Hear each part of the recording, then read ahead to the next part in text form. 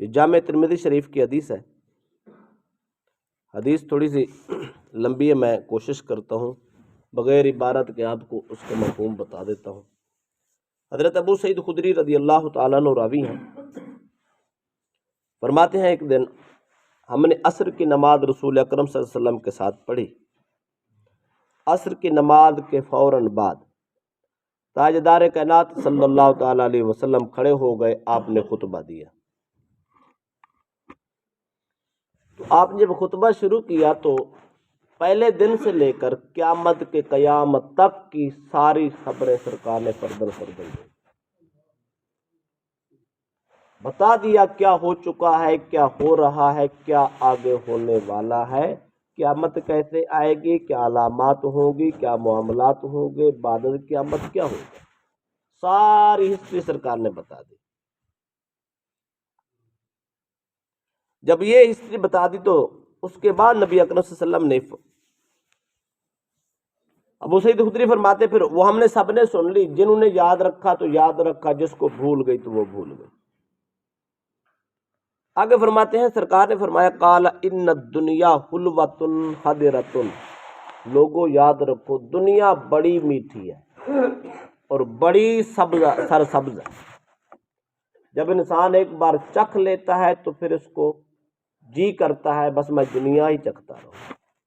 اتنی سرسبز و شاداب اور خوبصورت ہے، جو آدمی اس دنیا میں پھنس جاتا ہے اس کو نکلنے کو جی نہیں کرتا۔ دنیا بہت میٹھی اور سرسبز ہے۔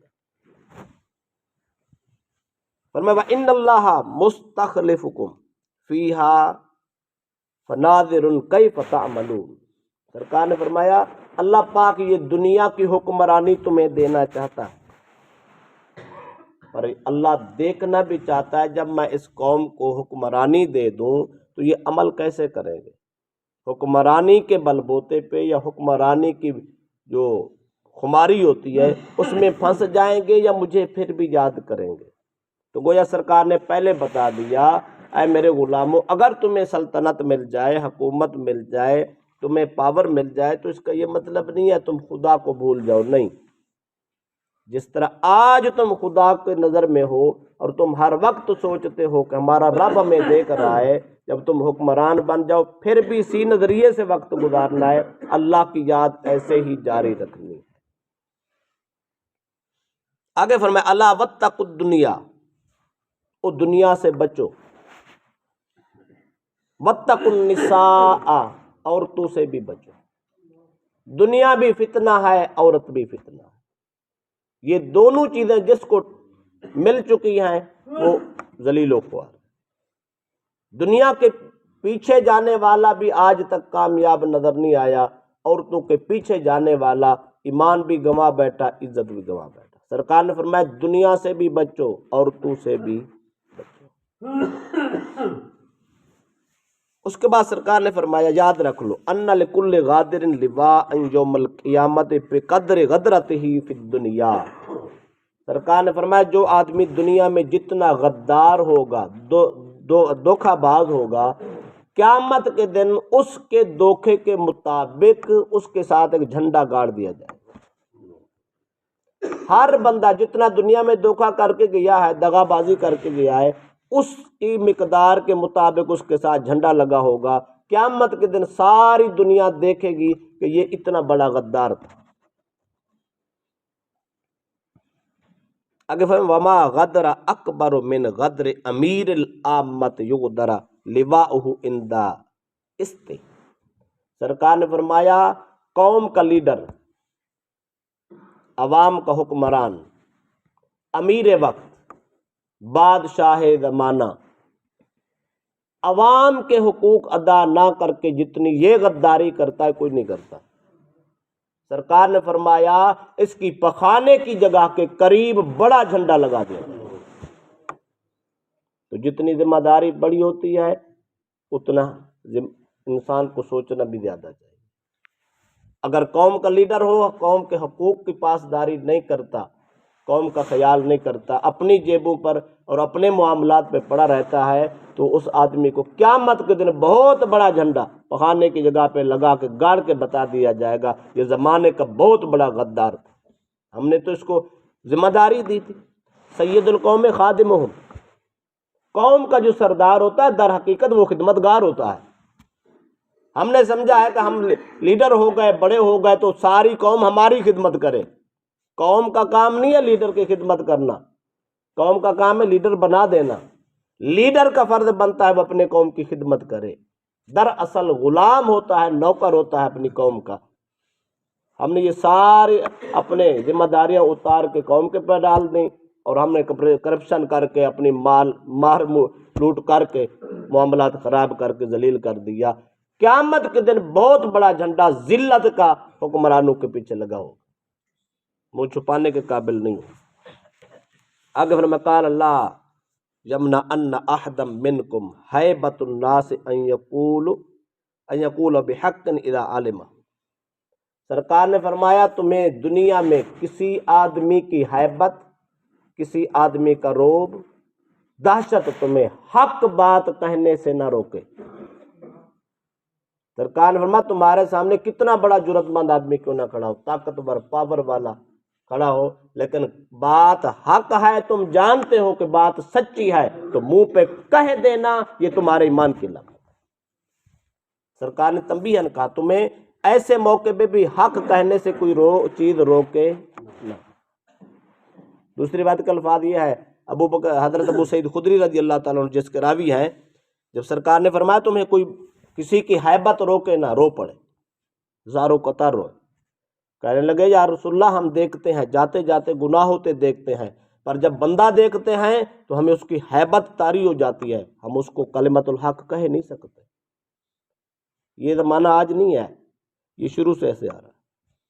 اس وقت بھی لوگ جابر تھے، اس وقت بھی لوگ ظالم تھے۔ 14 صدیاں پہلے بھی صحابہ پہ بھی خوف طاری ہو جاتا تھا کہ اس کو کیسے روکیں۔ آج تو 14 صدیاں بعد ہم کھڑے ہیں، آج بھی حالات موجود ہے، اور کوئی آدمی حق کہنے والا 100 بار سوچتا ہے اس کو کیسے کہوں۔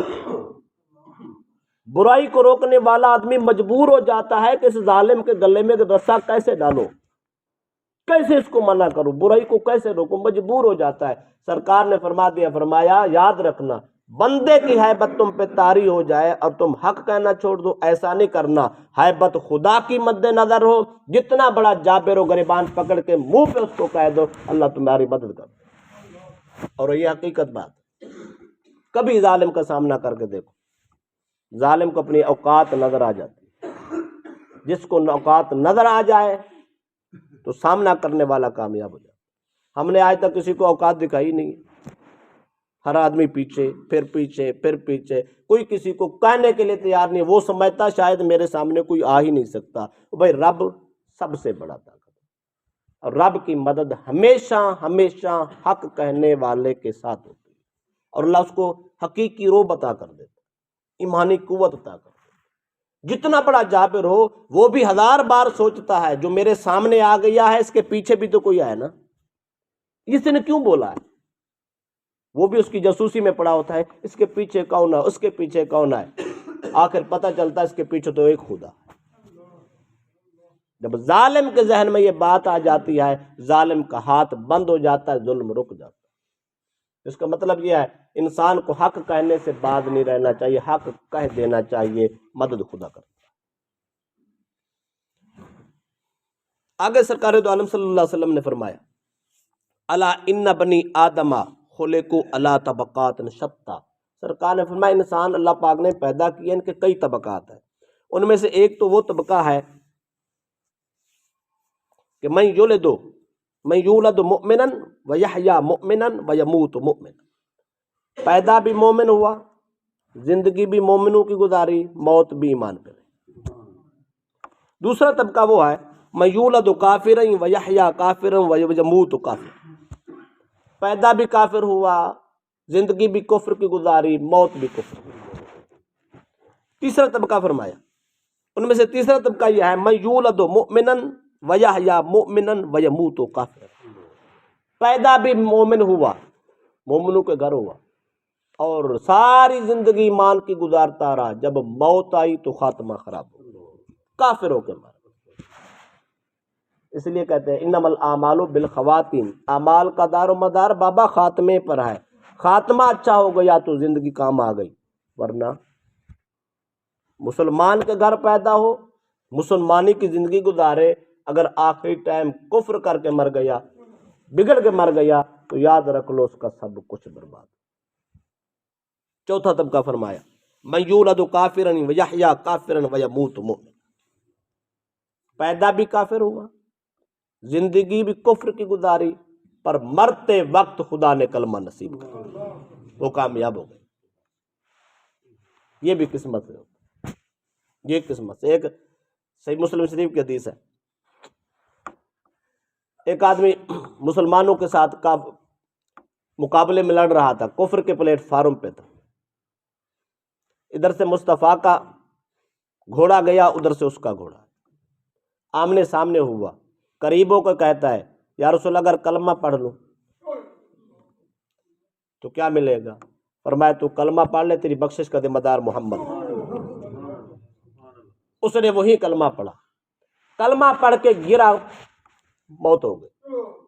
سرکار نے فرمایا یہ ایسا جوان ہے جس نے عمل کوئی نہیں کیا، بغیر عمل کے یہ جوان جنتی ہو گئے۔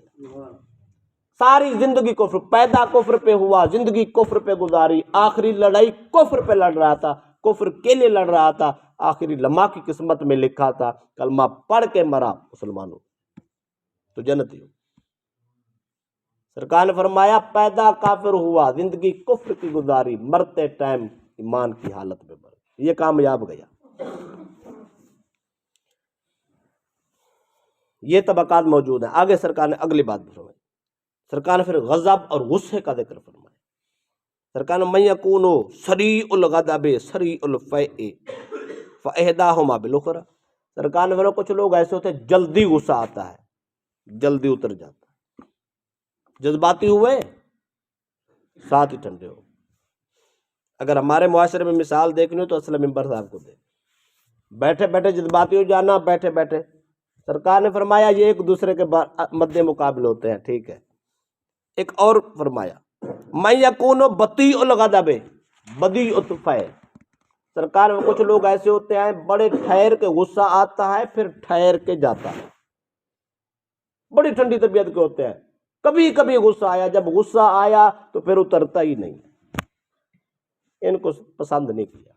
تیسرا طبقہ سرکار نے فرمایا خیارکم من یکون بطیء الغضب سریع الفیء، سرکار نے فرمایا بہترین ہے وہ شخص جس کو غصہ لیٹ آئے ختم جلدی، ٹھنڈی طبیعت کا ہو، آتے رہتے ہیں غصے، یہ نہیں ہے غصہ نہیں آتا، ہر کسی کو آتا ہے، مولوی پیر فقیر سب کو آتا ہے، لیٹ آئے پر جلدی معاف کر دو، اور چل یار ہو جاتا ہے، فوراً غصہ ختم ہو جائے۔ میرے مصطفیٰ نے فرمایا یہ بہترین مثال۔ چوتھا طبقہ فرمایا وشرارکم من یکون سریع الغضب بطیء الفیء، سرکار میں بدترین ہے وہ شخص جس کو غصہ تو بڑی جلدی آئے پر جانے کا نام نہ لے، بہت لے، یہ جو ہم ضد کرتے ہیں نا، لڑ پڑے بات چیت پہ اکتا گئے، پھر اتنی ضد لمبا کر لیا، سالوں کے سال گزر جاتے ہیں، ہمارے گھروں کے جھگڑی نہیں ختم ہوتے، غصہ ہو جاتا ہے، بہن کا بہن پہ ہو جاتا ہے، بھائی کے ساتھ ہو جاتا ہے، ماں باپ کے ساتھ ہو جاتا ہے، اولاد کے ساتھ ہو جاتا ہے بھئی اگر ہو گیا ساتھ چلا گیا تو بچت ہو گئی، اگر غصہ آیا تو فوراً جانے کا نام نہ لیا تو میرے مصطفیٰ نے فرمایا سب سے بدترین شخص۔ لہذا اس عادت کو ہم سب نے بدلنا، لیٹ آنا چاہیے تو جلدی جانا چاہیے، خیر ہے، آئے جلدی جائے غصہ لیٹ، یہ زحمت، اس سے ہمیں بچنا۔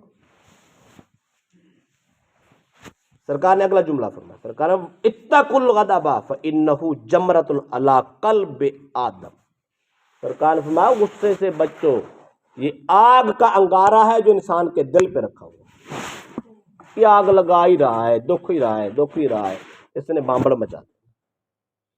لہذا ہر وقت غصے میں رہنا، ایسے سمجھو اس کے دل کو آگ لگی۔ آپ دیکھتے ہیں جس آدمی کو غصہ آتا ہے تو نبی اکرم صلی اللہ علیہ وسلم فرماتے ہیں کیا خیال ہے، اس کا چہرہ سرخنی ہو جاتا، آنکھیں اس کی سرخنی ہو جاتی۔ یہ سرخی کس کی علامت ہے؟ آگ کی علامت۔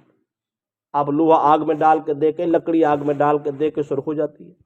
سرکار نے فرمایا غصہ انسان کے اندر آگ لگا دیتا ہے، دل پہ انگارہ رکھا ہوتا ہے، اور یہ جب بھڑکتا ہے تو انسان کی آنکھیں بھی سرخ ہو جاتی ہے، چہرہ بھی سرخ ہو جاتا ہے، ناڑیں بھی اس کی پھول جاتی ہیں، وہ اپنے آپ میں نہیں رہتا۔ اس لیے سرکار نے فرمایا یہ بہت بری چیز ہے، اس سے بچنا ضروری ہے۔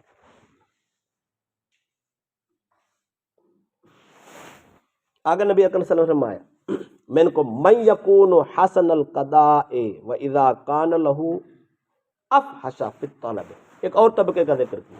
سرکار نے فرمایا کچھ لوگ ایسے ہوتے ہیں جو قرض لے لیتے ہیں، جب قرض لیتے ہیں تو بڑے اچھے طریقے سے لے لیتے ہیں، اور جب دینے کی باری آئے تو بڑے برے طریقے سے۔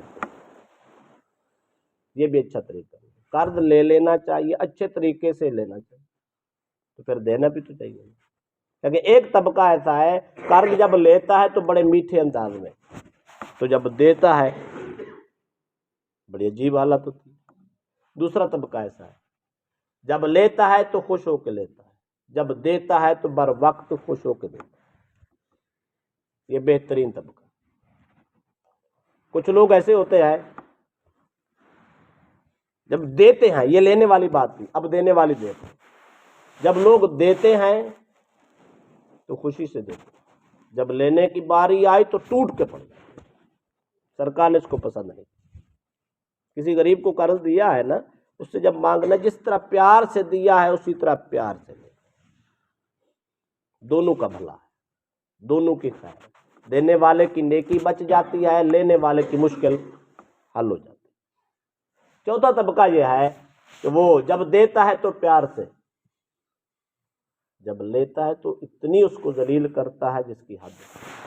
یہ بدترین۔ تو بھائی نیکی بھی کی، ضائع بھی کر دی۔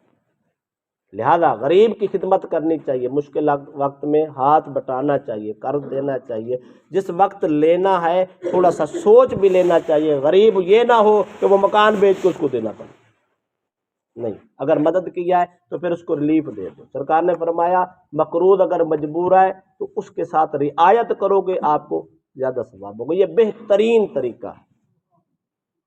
اگر طاقت ہو، دیکھتے ہو مقروض بالکل لاچار ہے، بیچارہ مجبور محض ہے، تو خود معاف کر دو، تو اس سے بڑی خوبی اور کوئی نہیں۔ ابو سعید خدری فرماتے ہیں کہ سارا در سرکار دو علیہ وسلم نے ہمیں ایک دن میں پڑھایا، اس کی پوری ڈیٹیل بتائی، اور یہ اگر آدمی ایک حدیث بھی زندگی میں اپنا لے، میرا خیال ہے ساری زندگی انسان کی کامیاب ہو جائے۔